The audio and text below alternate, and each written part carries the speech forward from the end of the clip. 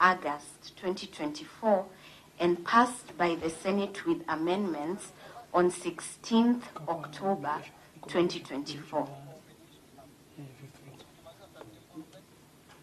So, of events as required under the Constitution, was it followed or it was flouted? Also, was it Chair, the ID. Sorry. Jemima, please answer whether the sequence is followed. From the National Assembly perspective and to the Mediation Committee, the sequence was followed. The Supplementary Appropriation Number 2 Bill 2024, as Lucy has said, was assented to on 5th of August 2024.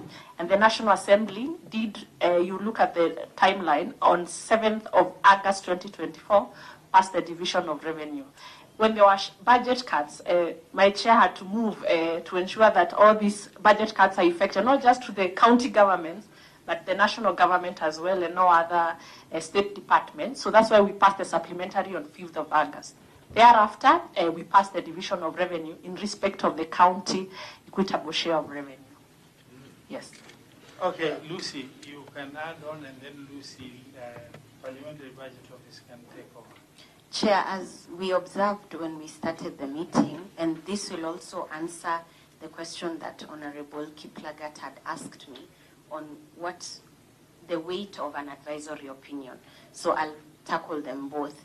That if you look at the argument, the position of the court in Advisory 3 of 2019, it is clear to them that there must not be an absurdity in the way you process legal instruments that affect the budget process. The Division of Revenue Act was already in place. Any subsequent amendments to the Appropriation Act touching on the allocation to county governments should have been effected after the passage of an amendment to the Division of Revenue Act that was in force, Chair. So that would be my comment on the sequence of events. And then secondly, Chair, on the weight of an advisory opinion, I can continue? Yes. On the weight of an advisory opinion, Chair, in a landmark case, re-IIEC, we will get the full judgments for the members' files after the meeting. The court found that the system of advisory opinions in this country are such that an advisory opinion is binding in nature. It is different, of course, from an ordinary judgment given before other lower courts, but it is binding in nature. And the reason why advisory opinions are given is to give further clarification on interpretation of the law, so that what the court says is not merely a suggestion. And to draw an analogy, Chair, the reason why we process even the Division of Revenue Bill in both houses of Parliament is pursuant to the findings of Advisory Opinion Number 2 of 2013, which marks also a landmark case with purposes of parliamentary procedures. So the pronouncements that were made in Advisory Opinion Number 3 of 2019... Senior Counsel, please don't go. I want to help a little bit with Senator Faki immediately after her. Then you can... I will give you just 2 minutes to share something. Yeah. So, Chair, the pronouncements in the advisory opinion are not merely just suggestions or directions, but they are to point us to the right way to process these legislative instruments. Now, Senior Counsel, I just want to weigh in from strictly the position of law in terms of what was asked by Kiplagat and the answers given by our true legal team. What's your take? And then I will also want Faki to help, because you are the legal minds in the team. Over to you.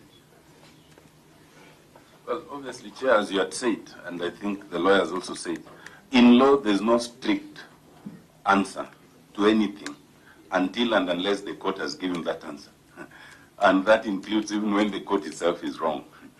But we find ourselves in unprecedented waters for the reasons I'd stated. And there are 2 ways of doing this. One way is to take the literal and easy route, I think, as a committee. And I think Ndindi Nyoro alluded to this. We can, agree and say, okay, we go with the 400, or we reduce it slightly to like 390 or whatever, or 395 for argument's sake, that route becomes very easy if the Houses of Parliament are persuaded and we get the numbers. But if they're not persuaded, it becomes a very tricky route. I think it would have legal landmines. And I think it would be the easier route for this committee. But it would be reckless of this committee to take that route unless we are sure that we'll get the numbers. That's my take, okay? So I think it behoves us to take the more difficult task so that once we are agreed, then it's our collective responsibility to persuade the House to go with us. Otherwise, we'll be in dereliction of duty. That's all I want to say on that right now. But secondly, in terms of... that's without a question, and the legal counsel answered it. Advisory opinions are actually binding on the entities to which it's addressed. The only check has usually been that the court will not give an advisory opinion if there's an active litigation on the matter, even if that litigation is at a lower court. But if there's none, and the advisory opinion is given, then it is binding. But as I pointed out earlier, is where we are is the unique situation where the advisory opinion now meets an unprecedented situation. That is the situation, rightly or wrongly, and we can debate that, where there's a veto by the president.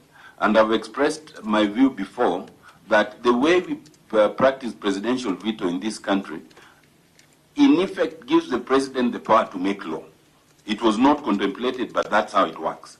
So the only way to defeat it is for the House to be so united that you get 2/3. So far, we have not succeeded on that on any legislation since 2010. And that's why it requires some unprecedented level of consensus, to defeat that. If we were to do that, it becomes quite easy. Because then we can, look, all we have to do is do this. Balance out what Dr. Makali Mulu said with what my friend, the Senator for Kisi said. Look, we want money to the counties. It's 15%. But there's the reality. So all we'll be debating is, where do we strike that balance? But when we do that, we must also be sure that our reasoning will carry the House for the numbers. That's my interpretation. Allow me to leave. Thank you. You can now leave. No, thank you very much. Senator Faki, just weigh in on the basis of the issues that were just shared.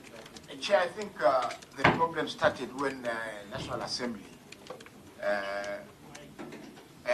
when the National Assembly passed the Appropriations Act without reference to DORA.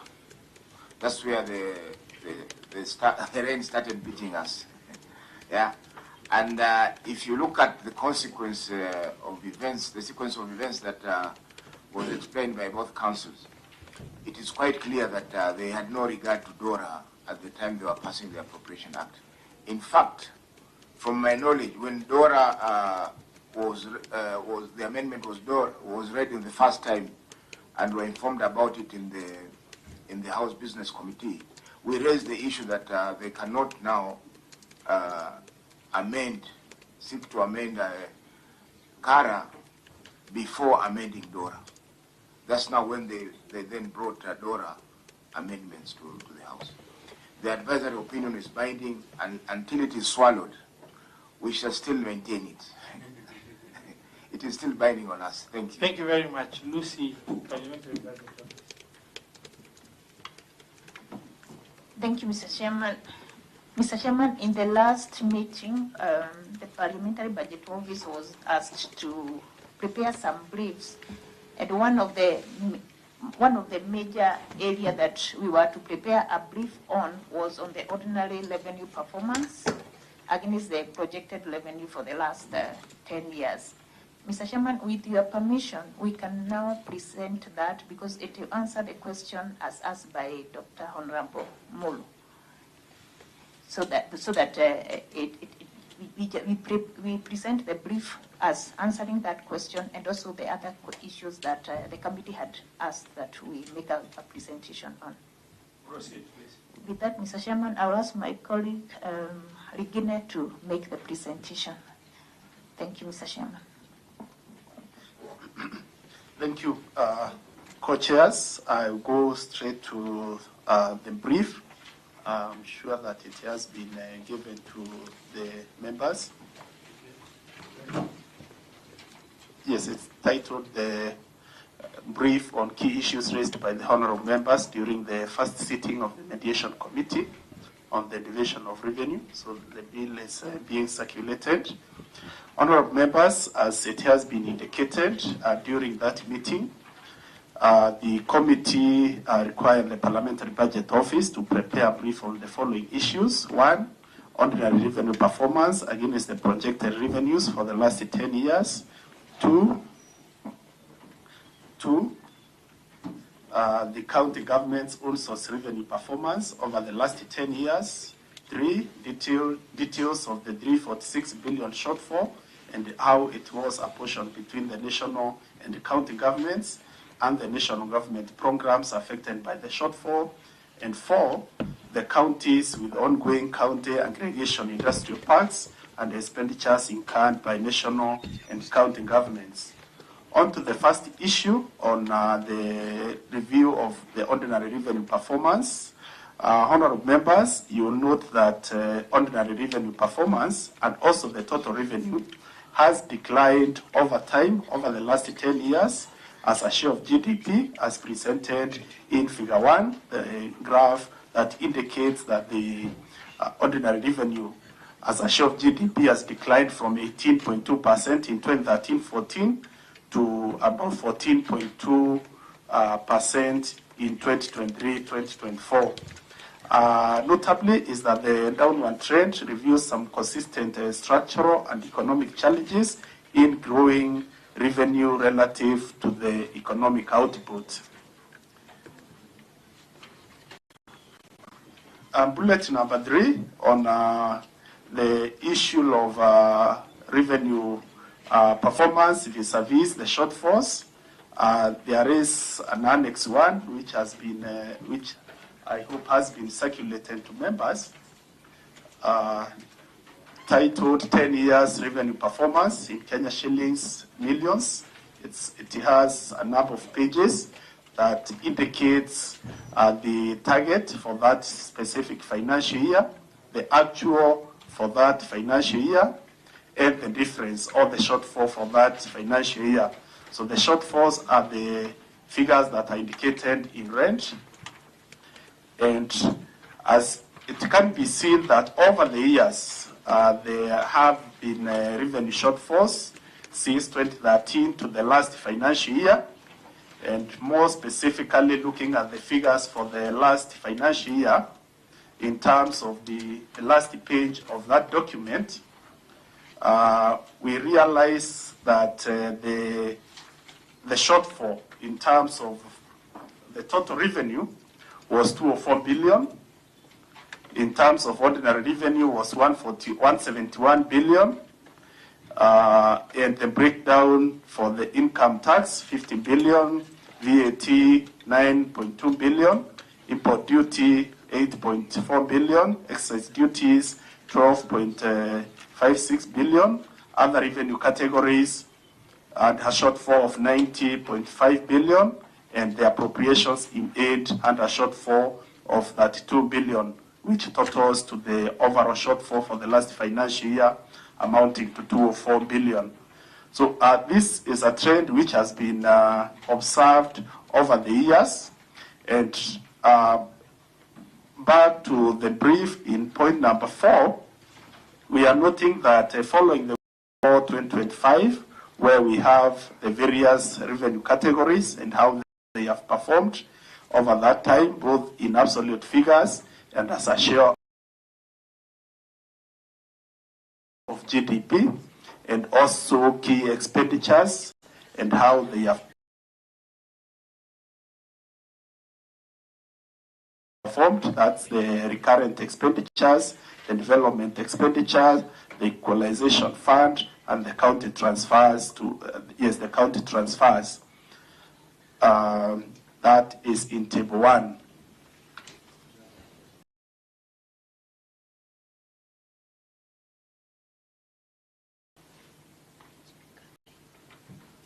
I hope we are together, honorable members.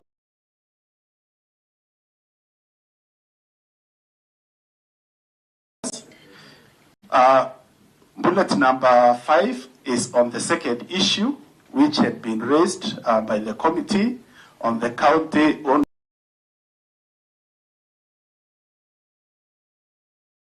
own source revenue. And the graph in figure 2 indicates that the counties also have had the similar issue with the national government when it comes to revenue performance compared to the targets. So ideally, we are noting that on average, counties have achieved 67% of the targets, save for the first year of devolution, 2013-14, where the counties had overprojected their own source revenue, not indicating, which was a huge gap that resulted in low performance, which could have been partly attributed to the challenges in setting up revenue collection systems at the beginning of devolution. So in terms of actual performance or targets of actual and deviations of the county own source revenues, we have the other Annex 2, which has also been circulated to honorable members, that indicates the targets, the actual, and the deviation by county. So again, looking at the performance of the last financial year, is that the counties had a shortfall of about 21.9 billion in terms of revenue shortfalls from the own source revenues. So that's what we have noted in terms of the own source revenues. The issue number 3 that had been raised is on the implications of the withdrawal of the finance bill.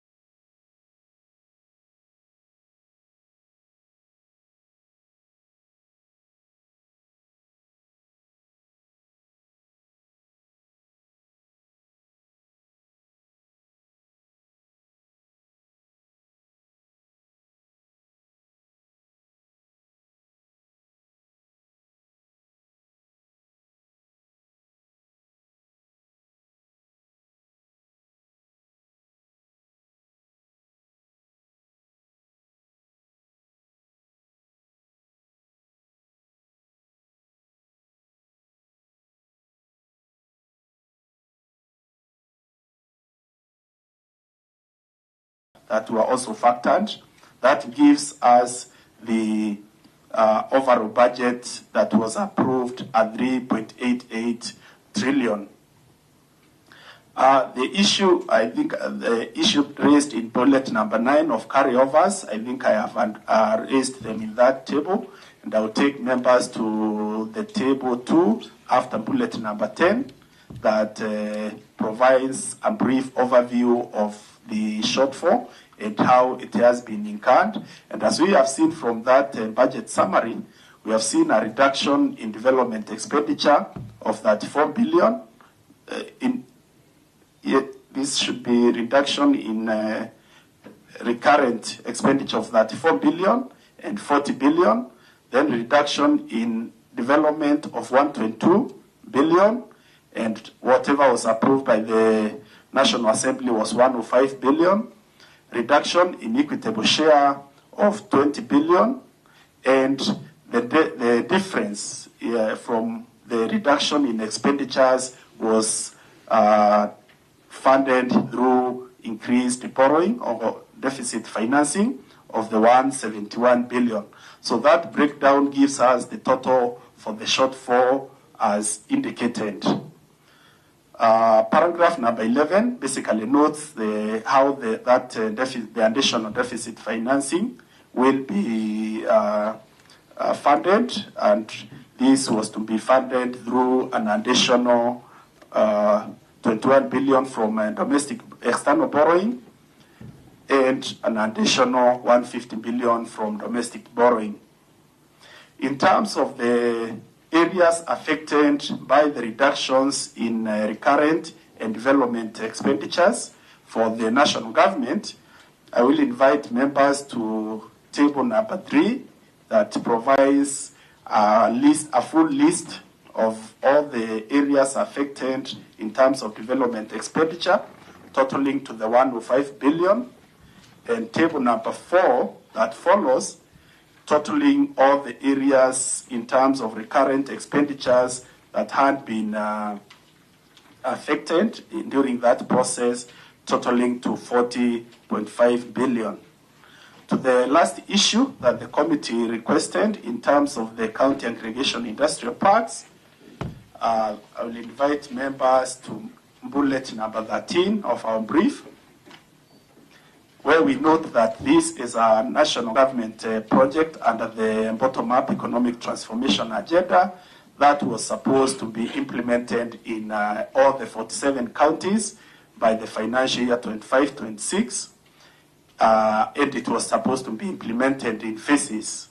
The overall cost of an industrial park is 500 million, and the national government was supposed to provide 250 million, and the county government, each county government to provide the counterpart of 250 million. Honorable members, table 5 indicates how initially they had been structured to take shape. The counties that were supposed to be supported in 2023-24, 2024-25, then 2025-2026. However, according to the State Department for Industry, there have been issues in disbursement, and the first disbursement for this was done in May 2024.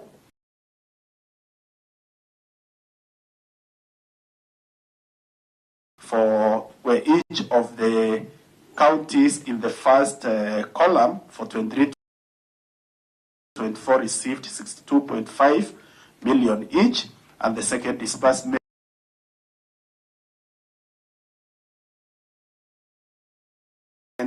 was done on July of 2024 of 1.5 million each. So overall, the national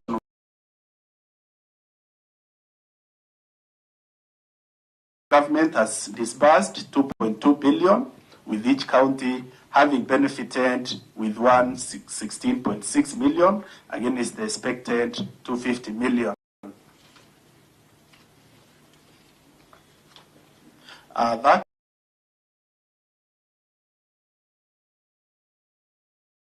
information is broken down in table 6, indicating the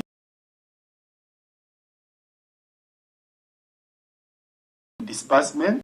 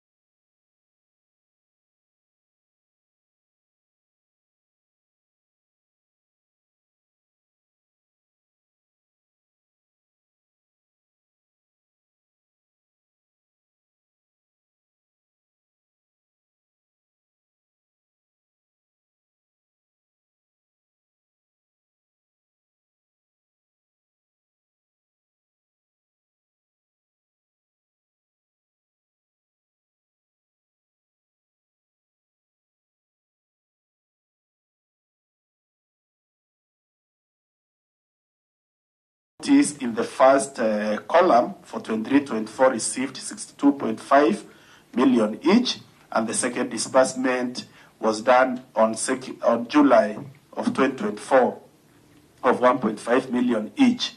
So overall, the national government has disbursed 2.2 billion, with each county having benefited with 16.6 million against the expected 250 million. That information is broken down in Table 6, indicating the disbursement. It has disbursed 2.2 billion, with each county having benefited with 16.6 million against the expected 250 million. That information is broken down in Table 6, indicating the disbursement.